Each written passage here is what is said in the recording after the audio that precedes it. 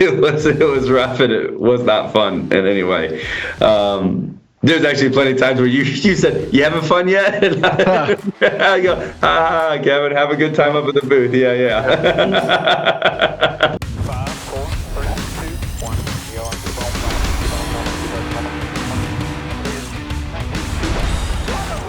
California's Kevin Harvick does it. Tree making right there. You're the man.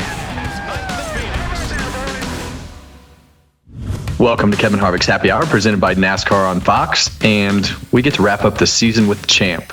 3-time Cup Series champion Joey Logano added himself to a list to make him the 10th driver who has won 3 championships. So I can't wait to hear his perspective on how his season fell into place, because there were a lot of pieces that had to fall in place, and I can't wait to hear Joey tell us about it. Well, Joey, you are now on a list you were already on a list of elite drivers, but now you're on a list of 9 other guys that have won 3 championships. And to me, I know that you're a student of the sport, and I think you recognize just what maybe it's too soon, but the position that you're in now as a 3-time champion has to feel a little bit different than the other times because of the elite list that you're on. Tell us how this one is a little bit different than the other 2. Yeah, I mean, it's they're all a little bit different in their own way, but I feel like as you move along in your career and you get a little bit older, you start to understand what championships are really about. And the stats are cool. Don't get me wrong, the stats are neat, but the amount of people that are impacted with the championship and being able to celebrate with the people, you understand because you worked with your team for a long time. When you celebrate with the people that you know really, really well, that 20 minutes is what it's about. Right, like it doesn't. The stats, like they're cool, and maybe someday it'll mean a lot more to me. But right now, seeing everybody just celebrating as much as I was, and that excited, and when you know everybody, I've worked at Penske for 13 years now, so to see everybody that excited, that's really what it's about. Yeah, and I think for me, like when I got to the last, I don't know, from the whole time I was at Stewart-Haas Racing, it was more about seeing the guys and gals happy winning the race than it was really even the trophy or what the stats were, because in the end it doesn't really matter whether the stats are good or bad. If you win, that's all that matters. That's all that matters. And so tell me about your weekend. I think as you look at the weekend, you guys had a couple more weeks. So let's start there. You had a couple more weeks to prepare than you did for other races. How did that change the preparation leading into this particular race? Because it obviously affected the other 2 races from a performance side of things. But I think being able to sacrifice that for this race obviously paid off yesterday. Yeah, I mean, when you look at our 3 championships, it all came from the same recipe. It was win the first race of the round of 8, take those 2 weeks to focus in on the championship race.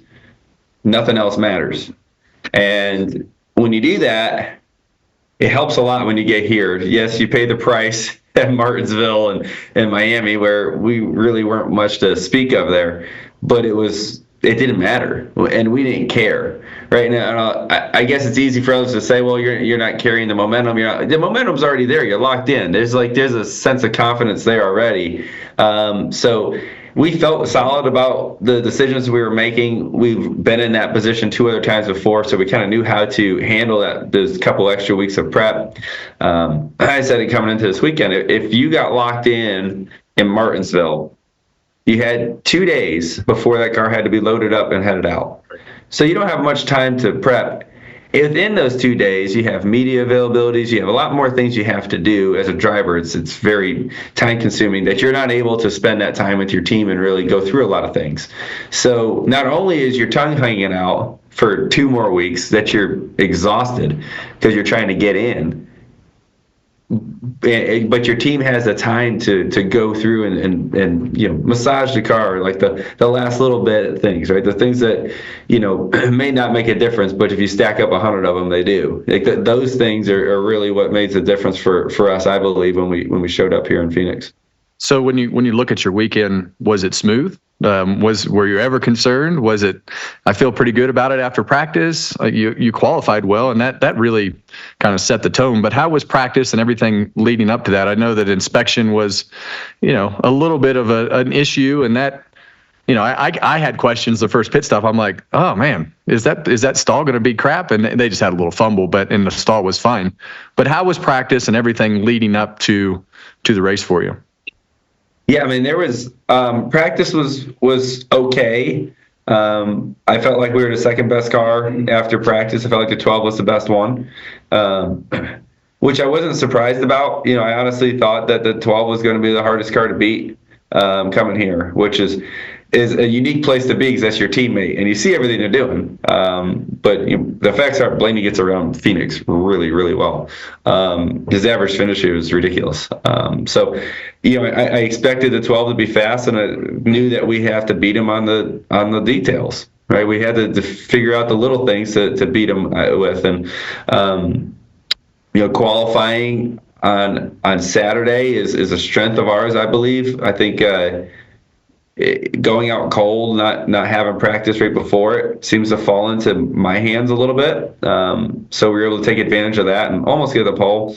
But be in front of the rest of them. The downfall is we lost our pit selection.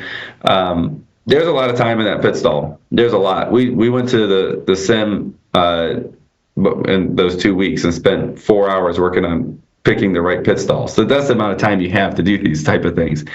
And pit stall 24 was not in our selections at all, not even close. So, and there's a second or so, almost a second and a half if you go to stall 1 to where we were. So you're at a pretty massive disadvantage there. So that was a lot to overcome. And then Graham, our jackman, having a health issue. So, trying to fix that in the middle of the race. I didn't know that was happening until I pitted. I was like, something changed over here. Yeah.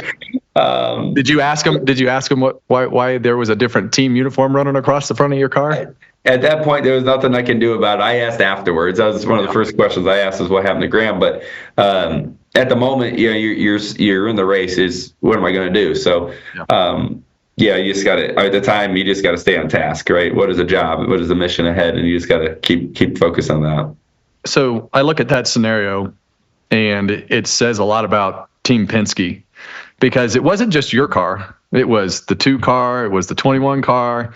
They were moving all kinds of stuff. They were moving jackmen from each car around, and then you had to bring somebody who wasn't jacking at all to come in and fill the last slot. So, I think when we talk about Team Penske and the things that you guys have been able to do as a team, that moment said a lot about just who you guys are as an organization, because it was, it didn't, you'll go back and watch it. It didn't take long. They swapped all that stuff around really, really quick, and there was obviously a plan in place. But talk about Roger Penske and just, that's a tough scenario that you and Blaney were in yesterday to come down, and you guys raced hard.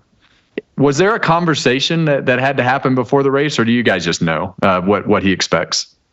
There was never a conversation, and I don't believe there had to be, right? Blaney and I have been teammates for 10 years now or whatever it's been. And anytime we've had an issue, we handle it ourselves. We'll talk it out. We'll figure it out. We knew going into this race that we're probably going to end up racing each other. Right, we got the same stuff. We're probably going to be racing each other at some point. But the bottom line is one of us better win this thing. Yeah. Right, and when it comes down to your races side by side, we both want it, right? It's the championship, we want to win it for Roger, but there's some selfish motives behind it as well, where you want to be the guy to do it. Right, you want to be able to pull the car into victory lane. You want the stat, right? You want the money, the trophy, all the things that come along with winning a championship. Second place doesn't get that, right? So you're put between a rock and a hard spot in a way, because it's like, gosh, I got to do the right thing here.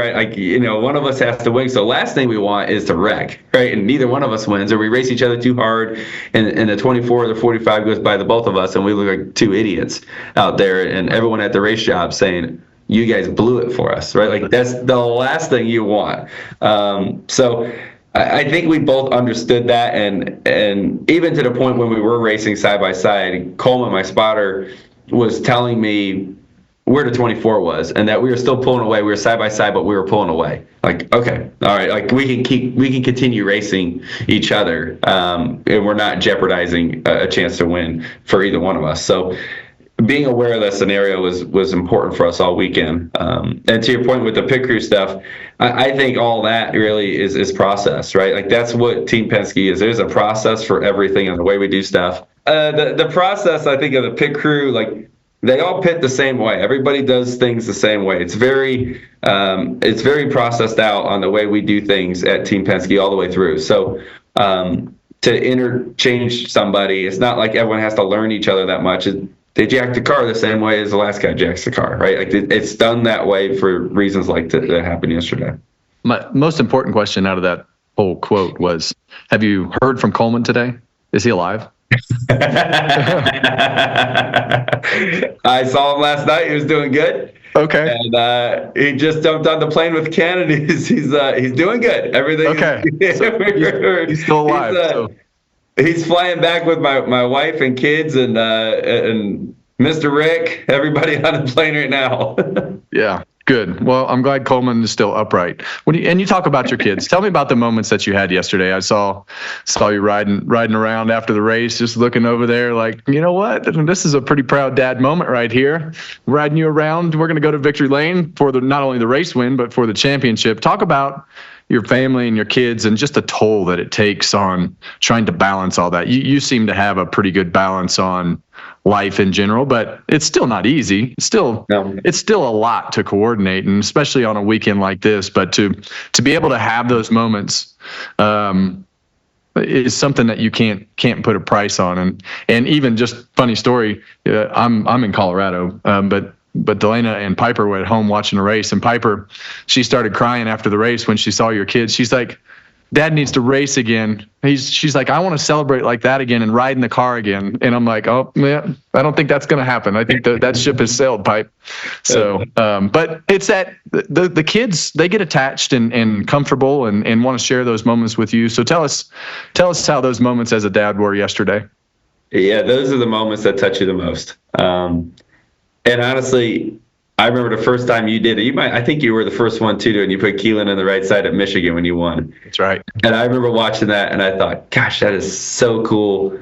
And all I say is, like, I hope I win a race someday with my kids there. Yeah. Because I want to do that. Like, I saw that, and I was instantly jealous of, like, celebrating with your kid. Like, that is the most badass thing. Like, I just think it's the coolest. And to your point, we don't do this alone. Like, it takes an army to do it, right? Not just the team and the guys on the road. Yes, that's a big piece of it, but their spouses and their families are left at home while we are racing every weekend. And not only are they having to raise kids as a single parent sometimes because we're gone so much, we also, as much as we try to leave work at the racetrack, it's hard to sometimes. Right? Sometimes you just come home mad, and then you come home Monday after your meetings and you're still upset, and it's hard to get over it. And these 10 weeks in the playoffs, the way this playoff system is now, the stress it's real. And as you care more about, to your point earlier, as you care more about the people around you, you want to perform for them, and that's more stress and more pressure. And it gets you. There's no doubt. Like it will get you. And your family has to put up with that. So to be able to celebrate together, when my wife came up with the kids, like that, I broke down. Like that was just what it was. And we talked about it coming into the racetrack on Wednesday night. We were driving over, the river there, the bridge, right when you look at the racetrack, and the kids were in the back seat of the car, and I said, "You guys ready to get the flag after the race? Like, are you guys all going to go up there and get the flag?" And they were all excited in the back seat, and so you just want to make that dream a reality as much as anything. That was the coolest part, and we'll all get back home here in a little bit and get everybody else's families together and be a lot of celebrations throughout the off season. So what are you going to do all winter? You're going to just take a couple months off, not do anything, tell NASCAR to go fly a kite. I'm not doing anything.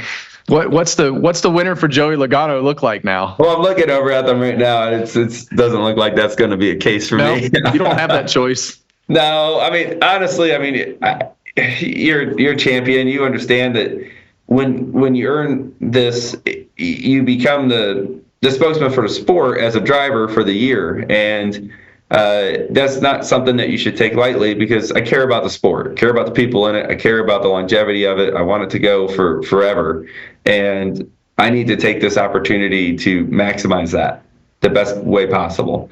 And so, I don't have a plan quite yet. It's only the next morning right now, and I'm trying to get up and rolling still. But I don't want to waste the opportunity, right? You don't know when the next one comes along, if there is ever a next one. So you just want to maximize the opportunity that's ahead of us right now.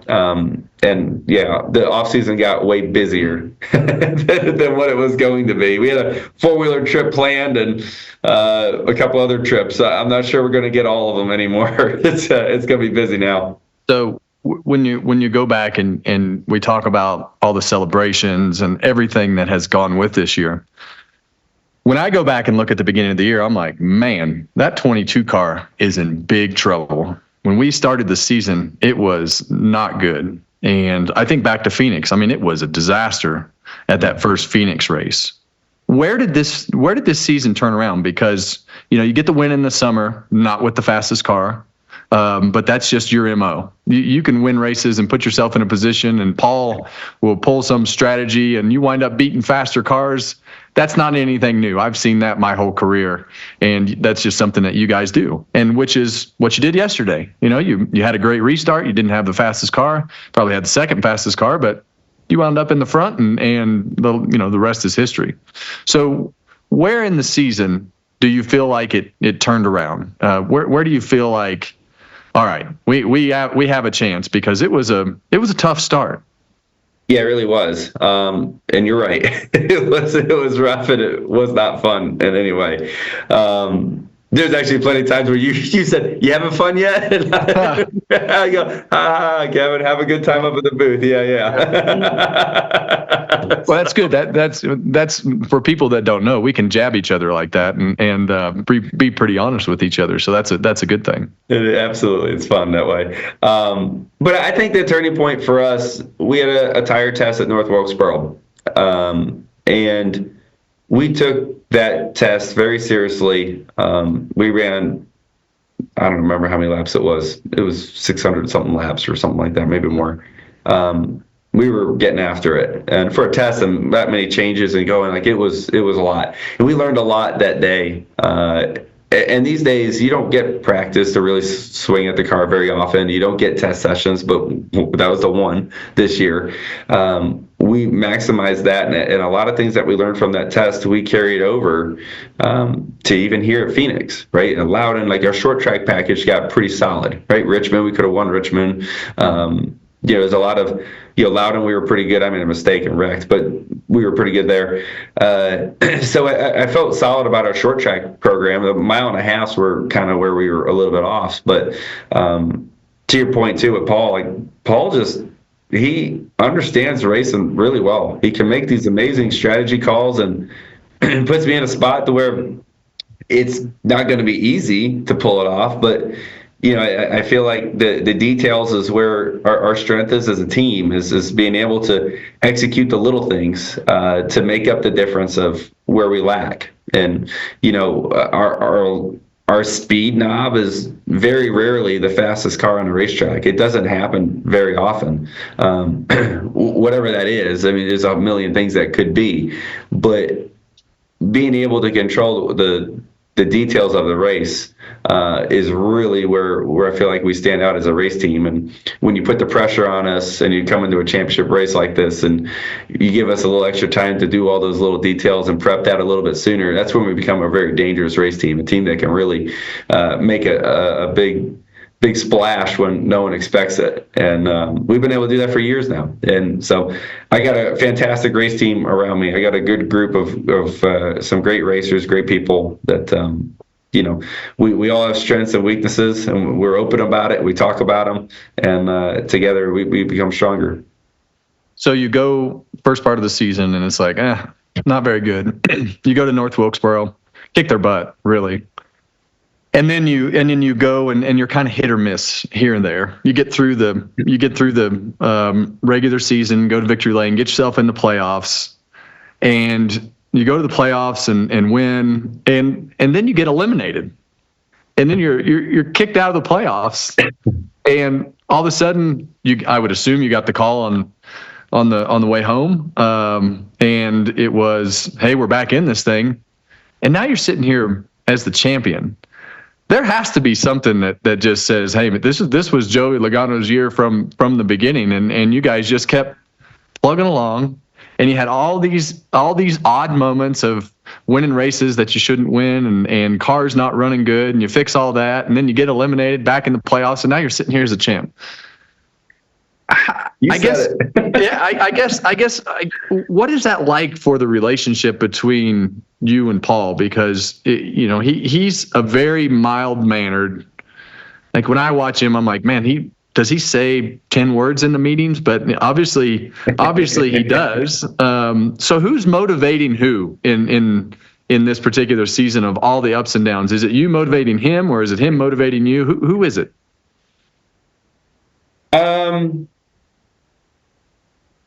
I don't really know how to answer that, because I think Paul is very mild-mannered. He's not very chatty, right? Like he's not going to talk about things. He's only going to talk about the meaningful things. He's only going to speak up when he's 100% certain about something.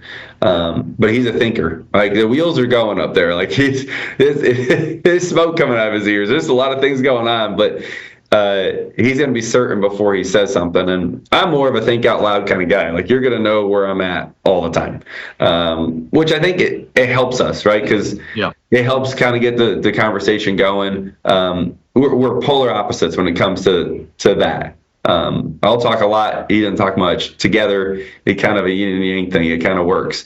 Our engineers, we sit in a meeting together, and there's times that we sit in there for 5 minutes and no one says a word. That happens a lot. We're just looking at stuff like, all right, what are we doing here? But it's just how it's the process of how we do it. It's worked. Paul, he's a lot like Rodney in ways.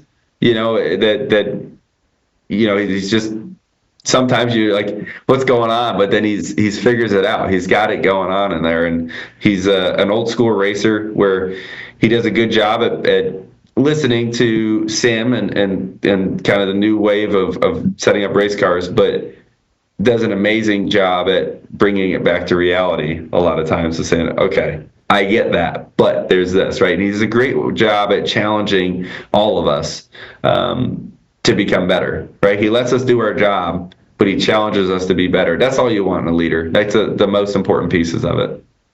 So you go so who's the leader, you or Paul? Like I got to know who's the motivator here, because after the race, and this is the reason that I bring this up, because after the race, and I don't know how many people pick this up, but you said, I may not be the best driver, but I have the best team. And when I look around the garage and I look at all these cars that run really fast, you'll have a car and a driver and a team that run fast one week over here, and then all of a sudden they disappear for 6 months and they don't ever show back up. And then the next season they'll show up here and there.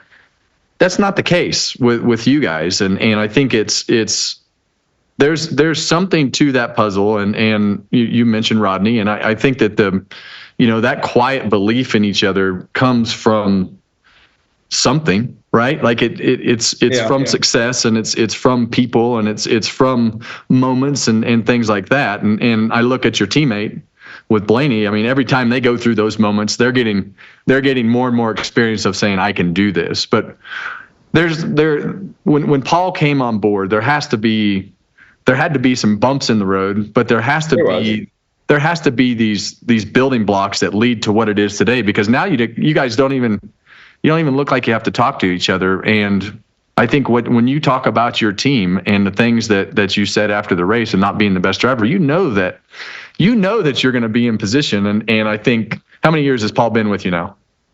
What's it been? Since 20. So 4 years. So, I mean, 4 years. And, so that's a bunch of races. And I think that, for Rodney and I went through moments where I'd knock the dash out trying to get him wound up or throw something, and none of those things ever worked. So what pushes Paul's button, I guess, is what I'm saying. I don't think you have to. Honestly, I don't. I don't.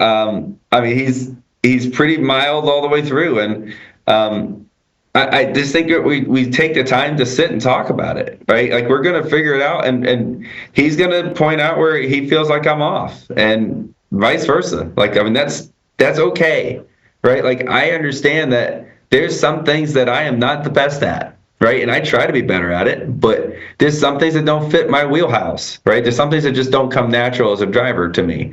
That's why you got to understand what your strengths are and what your weaknesses are. And as a team, we got to be able to support each other in those areas, right? Like, just like sometimes say, hey, I don't like running the wall that much. Not really my thing, but sometimes I got to do it, and I'm going to figure it out. But you got to work with me here for a minute, you know? Right. I guess if you're saying who's the motivator of the team, it's probably Coleman of it, right? Like, I don't know if I give. no. I'm worried now. I'm really worried. Honestly, there's no one that knows me better than Coleman, my wife. But outside of that he knows the way I tick. So as far as motivating me during the race, there's definitely that. Paul and Coleman communicate a lot throughout the race. So a lot of that communication that you don't hear from Paul is actually just going up to Coleman and then back down to me. Those lines of communications are open. There's a lot of things going on. You just don't hear a lot of it over the radio because it's going through the roof. I just think that, we're just a solid team. We're well-rounded. And like I said, as long as we're open with each other, it's good. Right? It's not always easy, not always fun. More times than not, it's not fun. We don't do this for fun. We want to have fun with something else. We do this for that moment, after the race. That's the 20 minutes of victory, winning a championship. That's the only reason why we do it. That's like the number one reason. So for those of you that don't know, Coleman Presley is Joey Logano's spotter, and he is well, I'm just going to categorize him as a character, but he is a piece of work as a human being, and he's very good at what he does, though. As goofy as I can make him sound, he is very, very good at what he does and explaining things. And I think it's just that comment to me about your team. There's a lot of people that need to take that comment and work on their own teams. So I'm going to put you in this political position here for a minute, because when I look back at Martinsville, there are a lot of things that happened. I've sat in manufacturer meetings. You've sat in manufacturer meetings. We've all been in a position to be able to talk about, maybe not to the extent of what happened at Martinsville, but how does that all change the sport? And I think NASCAR took a good stance on the Christopher Bell piece of it with the wall riding. We all know where all the drivers stood on that. I think that was an easy call. But what comes out of this? And the only reason, the biggest reason that I ask you this is because I view you as one of the leaders in that garage, and I think that your opinion matters. And so I'm curious as to how you think that changes the outcome of what we do going forward, and the pressure that is put on every team from the manufacturer and their teams. What comes out of that whole Martinsville debacle? Well, first off, I think NASCAR did the right thing by doing something. They had to. If you let that go, it will continue to grow, right? And it'll be the next thing and the next thing, and it'll just, going into Phoenix the next weekend after something like that, like, geez, like we're going to be, it's going to be everybody just saying the hell with their race, and they're going to be blocking everybody. And so NASCAR is put in a spot where they have to do something. Now, it gets tricky for NASCAR, I believe, because how do you prove it? Right? And to your point, the 20, pretty easy to see. He rode the wall. Can't do that. That's a black and white rule. All right. Easy call. The others, easy call because you heard them talking on the radio. Right? And that communication over the radio, pretty obvious. If there wasn't that communication on the radio, how do you make that call? Right. That gets pretty tough, because Did they slow down? It's pretty obvious to the naked eye what was going on, even if there was nothing ever said. Like, I saw it happen in front of me. I'm like, geez, this guy's, right? Like, Yeah. I know it. If they didn't say it on the radio, are they going to make that call, though? I don't know. But we have to do something else. We're going to look like F1. Yeah. And that ain't what we are. That's not what we're going to be. So we have to do something. But what makes that stop? What makes them just have the meetings beforehand, like to your point, and they do it anyways, right? We unload them for practice. The one is racing the dog crap out of the 12 in practice. The 77 unloads, backs up to me. Had a straightaway gap ahead of me, backed up right in front of me, and ran right there and just put dirty air and killed my run in practice. Wow. So we're doing this in practice. The week after, you just got dinged for this. Right? So, okay, like, you see how the weekend's going to go. Like, you understand, okay, they're not backing off on it. They're just not going to talk about it. It's a tricky place for NASCAR to be in. I don't know exactly the answer. They did threaten us and before the race that if anyone manipulates the race somehow, you're not racing in the Daytona 500 next year. Is that a threat? Is that real? I mean, we'll know if something happened. I didn't see anything happen yesterday, but it's just this playoff system is a big piece of it. And who do you answer to? That's the question you have to ask. Who do you answer to? Whoever signed your paycheck is who you answer to. Right. And if Chevy or Ford or Toyota are stroking these big checks and they say, hey, it's very important to have our car in the Championship 4 and we fund a lot of your stuff, you better do the right thing. What are you going to do? You're backed up against the wall. And then it backs NASCAR up against the wall. It's just I don't know how to fix it. Yeah. Well, I agree with you. I think that doing something was a good start. I think that, I've been on the other side of that too. And I've been on both sides of it, as far as trying to help and trying not to help. And so it's a tough spot. When you look at, you talk about the playoffs, and it seems like with the last 10 races that you can really, does it motivate you more? The last 10 races, because it just seems like all of a sudden you'd flip the switch and you go into this last 10 races. And then I'll ask you the other question, but it just seems like you have this different mindset when you go into these last 10 that is it different than the first 26 for you personally?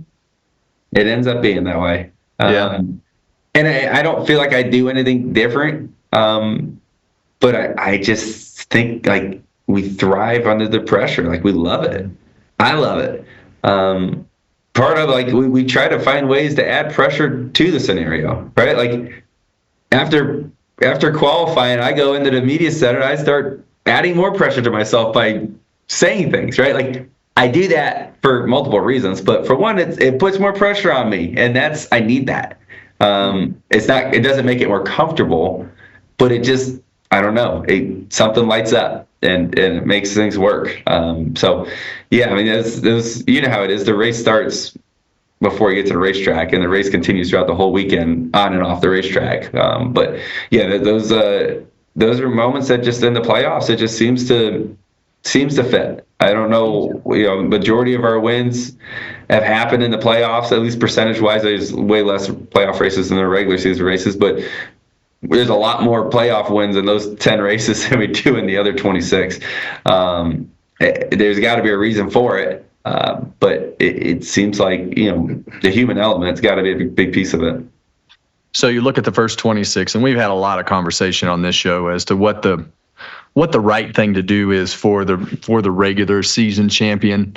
Does the regular season need to be weighted more, in your opinion, as far as what that regular season champion gets, or do you think that the format is pretty good in general, going from 26 and bonus points to 10 and win and you're in? I think it's fine. I think it's good. And I know I'm the minority of this, and they're probably saying, too, you just won the championship and you didn't have the best regular season. Of course, you're on the side.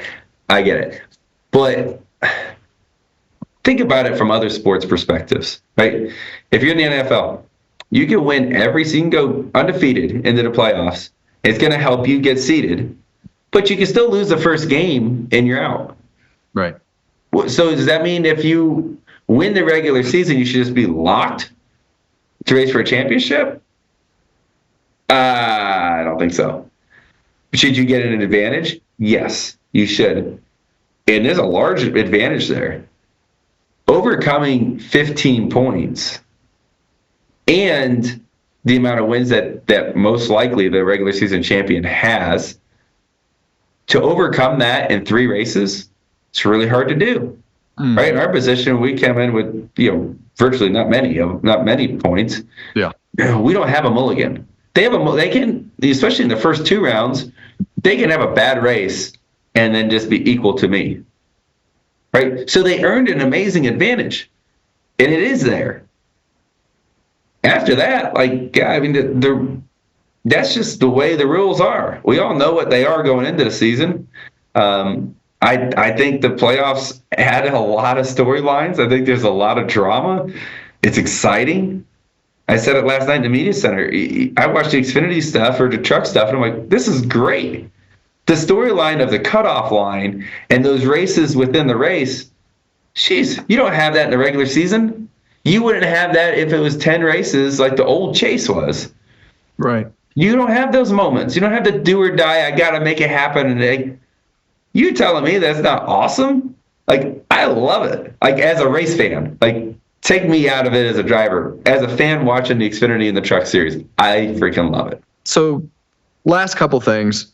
And, I think for me, I feel like I'm somewhat similar to you. I always had to find things to motivate myself and try to make things fresh and exciting. So you've won 3 championships, boatload of races.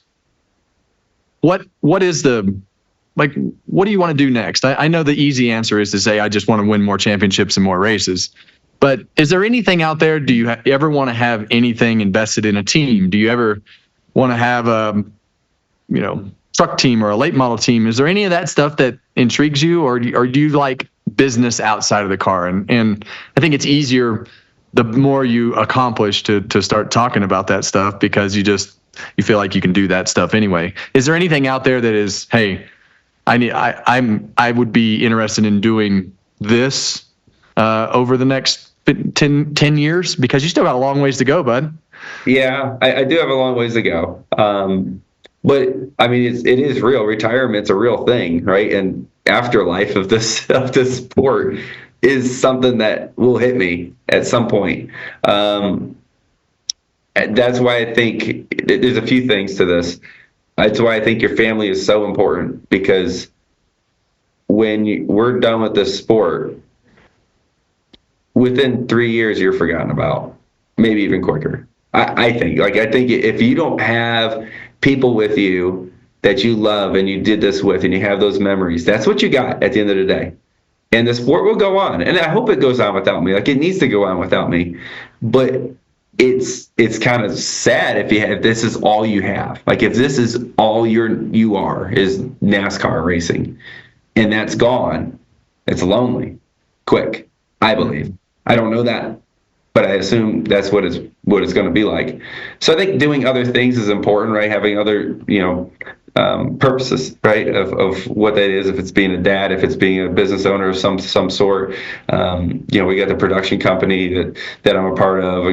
I like playing in some real estate stuff. I like trying to prove to myself that I'm not just a one-trick pony. Right, I feel like I hit the cheat code in life being a professional athlete. I didn't make it in business. I'm a race car driver. I drive in freaking circles all day long. That's the cheat code for sure. So right.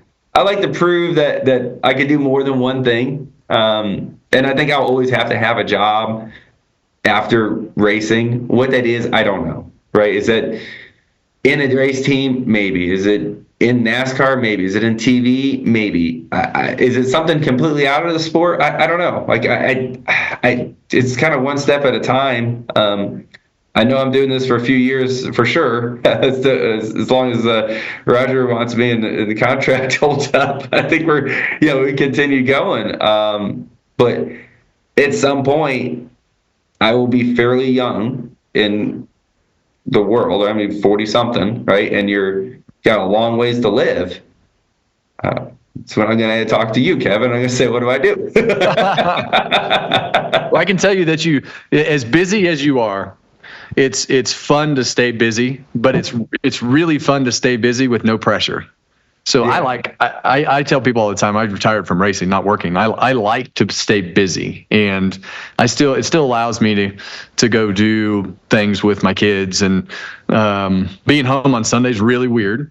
I can definitely vouch for that. That is a really weird scenario, but it has gotten easier as the year has gone on. But I like the people. I like being around the racing community. They're my people. So you'll figure that out. But well, good luck with your adventure of PR as you go through the next little bit. I'm just glad that they actually have you doing something, Joey. That's an improvement from the last championship. So that's a good thing. And congratulations on winning your third championship. You just went out there and took it. You know, like I said earlier, you didn't have the fast car, and in your words, you had the best team. So congratulations to you and everybody on that 22 team. And I guess we'll see you at the Daytona 500, as weird as that is to say. I'll see you there, probably before then, but I'll see you then. All right, man. Thanks, Kevin. Thank you. Well, I want to thank Joey for taking the time today to give us a recap of how he wound up being the champ. But we're not done. We have another show. We have one more show, an awards show that you guys will be able to vote with what we as hosts think is the key moments in each category. So pay attention to YouTube and social media and get involved in what we're doing for the awards show to end the year. So remember, one more show. So pay attention.